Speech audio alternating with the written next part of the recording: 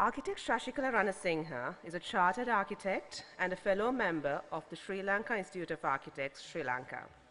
She holds a master's degree in building illumination from the prestigious Penn State University, Pennsylvania, USA, and holds the design membership of the Indian Society of Lighting Engineers, India, Professional Lighting Design Association in Germany, and the Illuminating Engineering Society in the North America.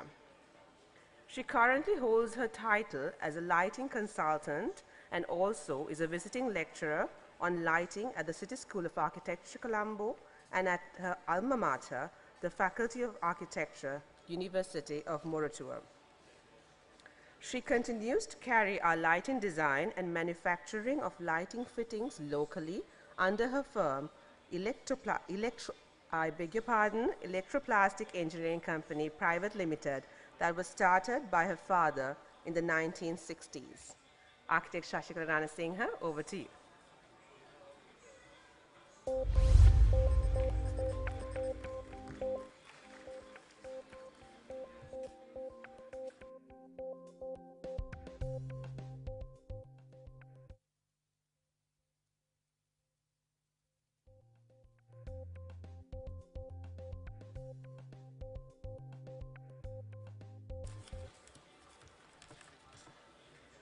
Thank you, everyone. Good afternoon. Can you all hear me? Yes. In the beginning, when God created earth and heaven and earth, it was basically without any form or void. And when he moved to the face of the waters and earth, God said, "Let there be light," and there was light. It is now believed that it was used as a metaphor for the spread of wisdom. Let me spread some wisdom to you today. As said in the introduction, I am a lighting lecturer, and I teach the subject of lighting for the students of University of Moratuwa and also the City School of Architecture, where I teach the subject of lighting, how to design light fixtures, how to basically appreciate the spaces, and also how to visualize and how one feels when you come to a particular space.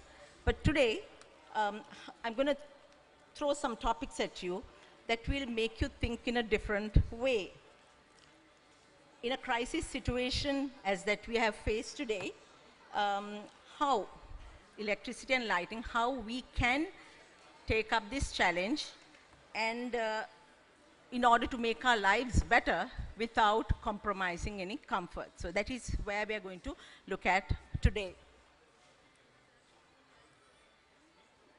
So this is where we are right now as Sri Lankans today. The plight of all Sri Lankans. Tight taxes on the common man is taking a huge toll on us, and it's draining us through every inch of our body. And life has not been easy for most of us in the recent past. I'm sure all of you would agree with me on this aspect. Anybody remembers the Spider-Man movie where it said, "With great power comes great responsibility"?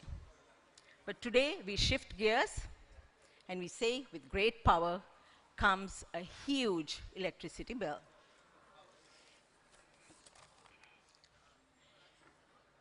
When we get the news alerts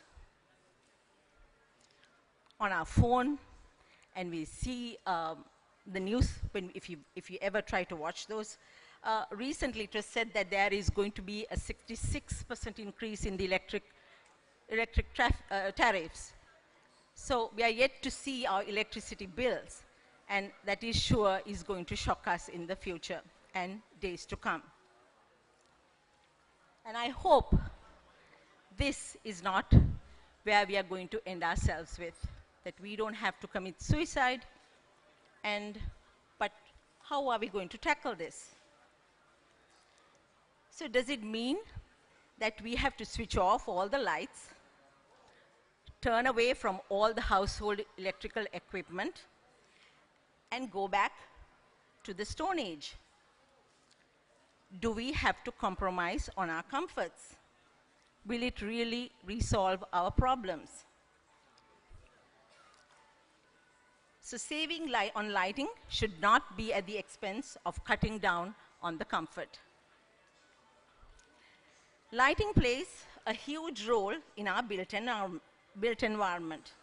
It helps us to see around, visualize the beautiful architecture that we have created for ourselves, and also it adds emotional values to the spaces that we have created. Lighting is a powerful tool that enhances the built environment through the careful use and interplay of light and space, light and form, light and surface, light and texture, light and color, and most importantly, light and people.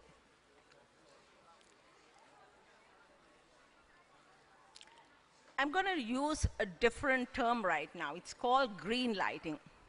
It's not the typical green light that you would see in some of these stalls, but it is also not about, when you say getting the green light, it is not really meaning that you have to go ahead with something. But today I'm going to talk about the word green lighting, meaning sustainable lighting.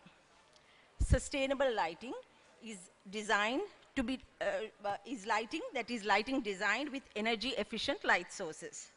This also includes simple design strategies where it can facilitate the energy saving advantages of natural light and also increase the efficiency of the lighting equipment.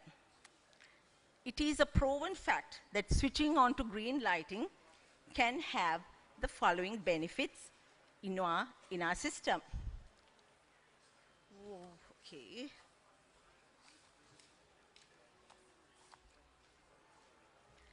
It has been stated as follows. It gives overall economic health, improved property values, improved comfort, so that their employee attendance and tenant retention is at the highest, increased productivity, lower operating cost, better lit interiors, regulate our sleep cycles, and boost the immune system. I'm sure everybody would agree that everybody prefers to live in a room that has been lit either under daylight or natural light or artificial lighting, as you may call on, instead of living in a dark room. Now, what I'm going to show next is a typical load curve, which gives a demand curve against the behavioral pattern. If you take this graph, you would see around 2:30 to 3:30 a.m., that is where we have our deep sleep, right, according to our circadian rhythm. And it is that time of the day that, robbers obviously walk into your houses and rob. That is because we are in a deep sleep mode. Then you would notice that from here, around 4:30, 5:30 a.m., that's when people usually get up to start their day. And they would wake up. The household is all lit. Children have woken up. The housewife is preparing the family meals. So you would see that basically the entire house is kind of lit. So you would see that there is the demand for lighting or electricity is kind of rising. And then around 6:30, when they leave the house, maybe there's not much people in the house, so the electricity or the the electricity load comes down at that moment. And when you walk into your office around 7:30 a.m., you would see that the electricity usage is getting increased. Probably you may be using the lifts, you're getting into your cubicles in your office areas, you're putting your lights on, you're putting your computers on. So the electricity demand kind of rises up.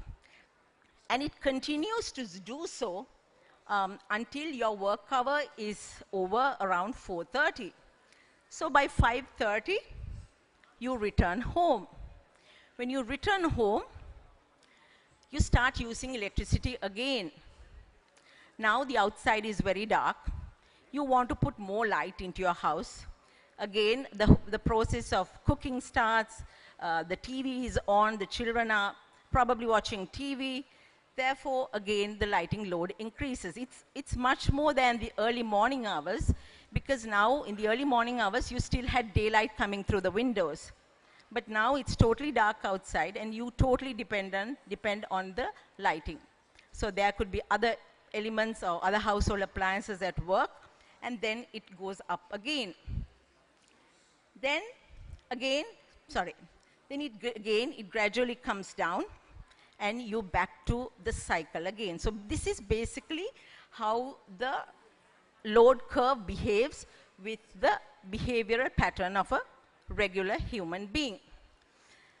If you look at these graphs that was drawn throughout the years in 2000, 2003, 2005, 2007, likewise, if it goes on and on, you would see a clear definition of how the electricity demand has increased over the year. It really shows the increase in your electrical load. So it is not only lighting, it is the basic utilization of electricity in your household, and basically the entire spaces that you use in general. So in 2021, when it was the last drawn, you would see that it is even much higher. So this is a summary of how the curves have been used. Now, this summary, which I have put it to my students as well, if you take in the design, the electrical loads for different buildings, if you take in different categories such as hospitals, offices, retail, lodging means residential, restaurants and schools, you will see more or less a similar demand curve in your electricity requirement. Now, what is indicated in as a red square is the time where there is daylight usage in plenty. You know, we have natural lighting. So you would see that when you look at through these graphs, that the highest percentage of electricity demand happens during a time when there is ample daylight outside our buildings. So there is a conflict. Don't you see that, you know, we have a lot of daylight outside, but our electricity demand is also equally rising in that, within that particular frame of square. If you look at this graph, the next slide, which is this one here, it shows the power consumption of different buildings. Actually, this survey was last done in 2017. You would see that we have 6 million plus people of electricity consumers in this country, out of which 34% is domestic. We have 29% industrial, and so on, and really just taking about 1%. And therefore, the electrical demand varies from building category. And if you take a single household, of course, again, this curve was done somewhere in 2015. We haven't done much surveys recently, but this was a survey which was done in 2015. It shows that refrigeration here means the electricity that is being used for fridges, as well as AC, fans, and so on.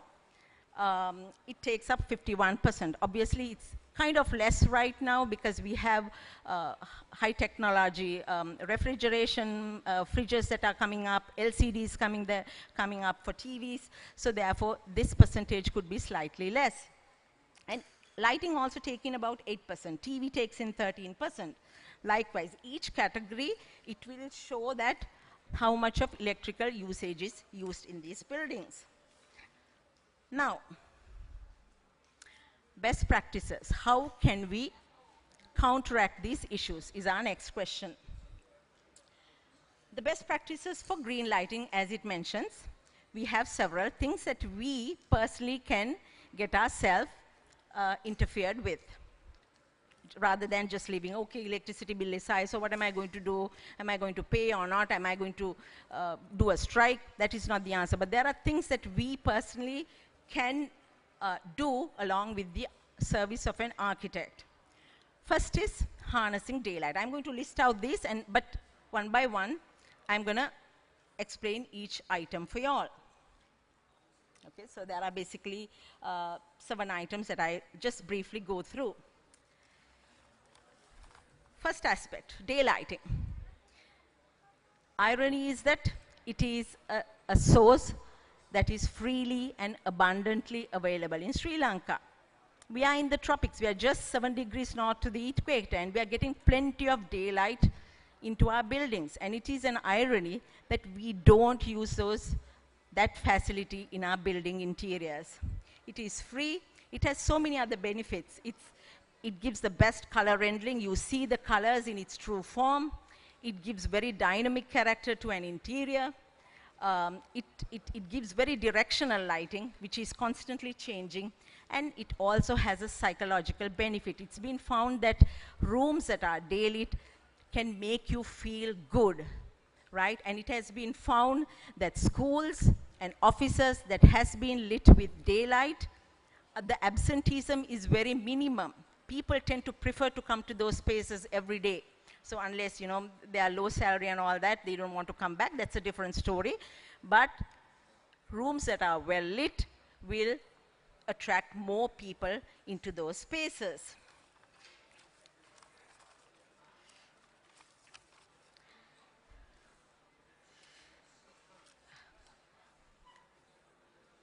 Another aspect that we people do is we overlight spaces.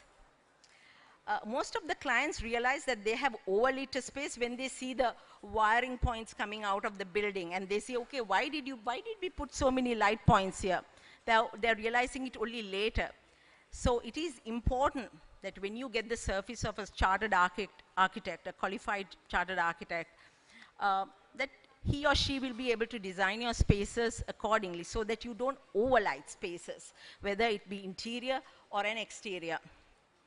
So in lighting, we teach them, okay, there are three types of lighting that you should use in an interior: general lighting, accent lighting, and task lighting. If you allocate those lighting in those particular spaces in rightful need, it can give you the correct amount of lighting. You don't need to have lighting just for the sake of lighting. So it is about careful planning of lighting, right? Next aspect is to use energy efficient lamps, right? This was a conventional incandescent lamp that we used to have in our homes. And today it cost us 200 rupees. Then from here, we shifted to a CFL, and it cost us now 550 rupees. And now in the modern era, we have the service of a LED.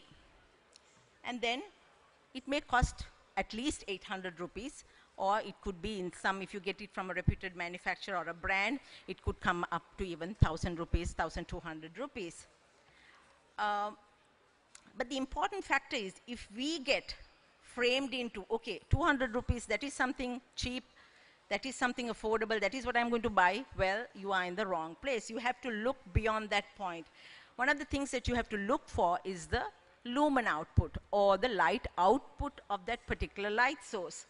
If you look at a standard incandescent lamp, it gives you only 15 lumens. I'm looking at the maximum value, 15 lumens per 1 watt of energy consumed. So it gives out 15 lumens. Whereas if you take the LEDs in general, it gives you 150 lumens, 10 times more. So therefore, those are things that you need to look for, just not the cost factor as well. So if you look at this comparison, for example, if I take the 60 watt incandescent lamp, just forget about the HID category, the equivalent of a 60 watt incandescent would be 13 watt CFL, right? And if you're going for the LEDs, it is only going to be 10 watts, just 1/6 of the wattage that will be used in those consumptions. So if you use the right source of energy, efficient light sources, it can really bring your electrical, in terms of lighting, I'm not going to touch upon the other factors of electricity consumption in refrigeration and so on, because that is not my forte. But if you look at lighting, it can drastically reduce your lighting wastage. Sustainable lighting also calls to the fact that you have to use appropriate light fixture. Instead of having a bare lamp, whether it's incandescent or LEDs, instead of having just a bare lamp fixed on your ceiling or your wall, you can save a lot of your energy if you don't waste it. How would you not waste it? You need to put a shield. You need to put a cover for that fixture so that the light gets directed to the point where it is needed. Now, if you look at this second diagram, it is a bedside light, right? But it is throwing light towards the bed, but at the same time, it is throwing light all over around the bed. So anybody seated or sleeping next to that other person who is reading is kind of going to get disturbed with the light. So it would be better if the light was focused so that the person next to you doesn't get disturbed, but you are only focusing the light to where you are reading, right? So in that sense, with the lowest wattage lamp, you can target your lighting to the place that is required. So same goes with the lighting that you use for general office lighting. You can orient your lighting to the particular task. Now, this is not only for interior lighting, mind you. We have to be cautious of the exterior lighting as well. Now, in most of the lighting situations, if you just go around, you see that there are lights that just light up the entire space, right? So it lights up the sky, it lights up the neighborhood everywhere. So if we are using the ground level, why do we want to light up the entire area, right? If you are using light to a particular point, it needs to be focused to the point where it is needed. Lighting up the external area it depends on the kind of applicability that you are looking at. So this is what is called, in lighting we call it light trespass and light pollution. Now, what happens in light trespass is basically you are lighting up somebody else's neighborhood. That prevents that person from sleeping. So in Sri Lanka, we don't have laws that where we can sue the other person saying that, you know, look here, I can't sleep because I'm getting disturbed with the neighborhood lighting. Unfortunately, we don't have any laws in the first place. So therefore, we have to be cautious of how we are creating light trespass with the type of lighting that we use. It happens with the billboard lighting also. It's not about external lighting. The same kind of light trespass happens with lighting that we used in the external. Now, if you look at these two diagrams, it looks pretty, right? With lighting dots all over. This is how India is seen, and that is how Sri Lanka is seen. Pretty lights just throwing light upwards. It may look nice, but this is something really wrong that we are doing to the environment. Why? Because when we pollute the environment, we are disturbing the natural habitat.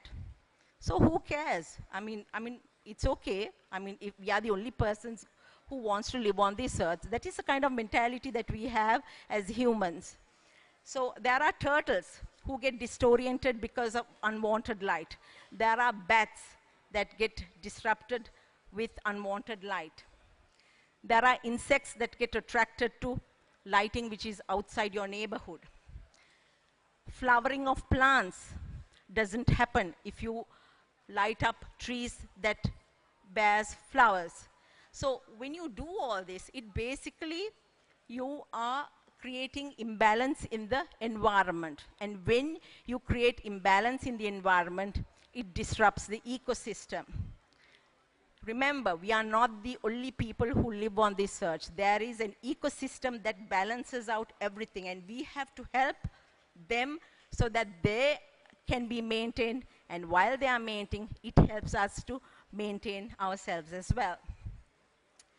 Going back to the next one, we have to use lighting only when it is needed, right? Not to have lights every time, whenever we want. So be considerate enough to turn off the lights when you walk out of a room, right? Don't say it is not my responsibility. It is a responsibility of every one of us. So it's been found that if you switch off the lights during your break time, when you go out to a lunch period, or if there is a shift in turns, lunch hours, it can reduce your electricity energy usage 20% in indoors, 60% in outdoors. Therefore, that kind of consideration also can help you in your energy efficiency, although we didn't think that far. And if you use, although these may be expensive items that we should be installing in our lighting building up of lightings, time-based switches, occupancy sensors, photo sensors, they may be an expensive affair. But remember, in the long run, it will help you to save energy. Have you seen that how many street lights are on during daytime hours and nobody is bothered to switch it off, and we think, no, we are not going to pay it. Yes, it is coming out of from our taxes. So if we at least install time switches so that it only comes out at 6 p.m. in the night and it goes off at 6 a.m. in the morning, there could be a tremendous saving on our electricity bills. If you had occupancy-based sensors so that the room gets lit up only when somebody walks in, that will save some light instead of lighting up the entire space. So if you had photo sensors where only when you have no lights at all, maybe when it is raining, when there is a cloud cover, then you can use lighting for the required lighting level. So installing these is an expensive thing. Initial cost is high, but in the long run, it can save a lot on your energy saving aspect. Cleanliness. It is not the personal cleanliness, but how clean you keep your fixtures. Now, just imagine you had energy efficient lamps installed in your system, but outside the fixture it is very dirty. This fixture is not going to throw a lot of light. So what you're going to do is you're going to say, the room is still dark, I'm going to put more lights. So what's the purpose of putting energy saving light into your system? And again, if you have windows, I'm sorry, okay. Okay, so if you have very unclean windows, it's not going to bring in a lot of light into your system. And then you may want to put more light. So it all happens if you don't clean up the system that is producing the light for you. And it's been said, unclean fixtures can increase the energy consumption by 25%. It's quite a lot, right? So take some time to do at least 3 months cleaning, depending on the type of environment that your office space is in, and try to clean up the fixture once in 3 months or once in 6 months as it is required. Then remember, if you are keeping old fixtures in your interior, saying it's something very nostalgic, you want to keep the old fixture that your father had put in, it is going to cost some money, because those old fixtures can draw current, a little amperage, but if you have a collection of those, it also can be a waste of energy. So remodeling, or if you just, in the sense, if you take off the old fixtures and put in some new lighting, and including doing some whitewashing to your interiors, can save in a lot of money as well. Also, using colors. We architects love colors, right? And I mean, there are architects who go to town with colors, and there are clients who love colors. So therefore, remember, using colors is nice, but remember, if you are trying to depend a lot on lighting, it is going to affect your lighting. Remember, if you put the ceiling dark, if you're trying to manage with daylight, it is not going to give you the required results. If you're totally dependent on artificial lighting, if you have dark walls, it is not going to help you with your room lighting. So use colors intelligently. Speak with your architects, tell what your requirements are. Don't let him decide everything. You say that you have an energy saving aspect in your mind, and therefore you may want to decide your color scheme accordingly, right? So remember, ceiling plays a huge role for daylighting, and walls play a huge role when you do artificial interior lighting. Just a few more slides, and you need to go for energy saving codes. Now, as far as I remember, the only SLS standard that the Sri Lanka standards that were given was for CFL. There were no standards given for LED lighting. But remember, in other countries, there is what is called a star rating for their lamps or the bulbs that we commonly say. We need to have some kind of rating given to our light bulbs, right? Some authority has to do that. So it should come from the top level, and there should be some rating that should be given. So when you give a rating to a lamp, it assures you energy saving. It assures you the correct distribution of light. It assures you the required lifespan of a building, lifespan of a bulb. So all that assurance is given when you have a rated lamp in your in the bulb that you are using. So it is something that we need to ask for, and the higher authorities need to work on. And then these are some of the fixtures. I have a firm that produces light fixtures, and these are some of the fixtures that we turn out locally. And when you go in for local fixtures, you save families to sustain. You use local materials. And we give a lifetime warranty on our products. So when you go for ecological fixtures, it assures you good quality lighting, and we make sure that the money retains within the country. And it is, and we give the assurance of its durability and long lasting. So it is always good to help the local industry, make sure that they produce something, and you get a customized light fixture at the end of the day. At the end, okay, so we are almost at the end. A well-planned lighting. When you do a well-planned lighting, it will not only give you a breathtaking interior, but it will also give you that added benefit of energy saving and the sustainability that we all crave for. Thank you, and I hope that I have shed some light on you today. Any questions?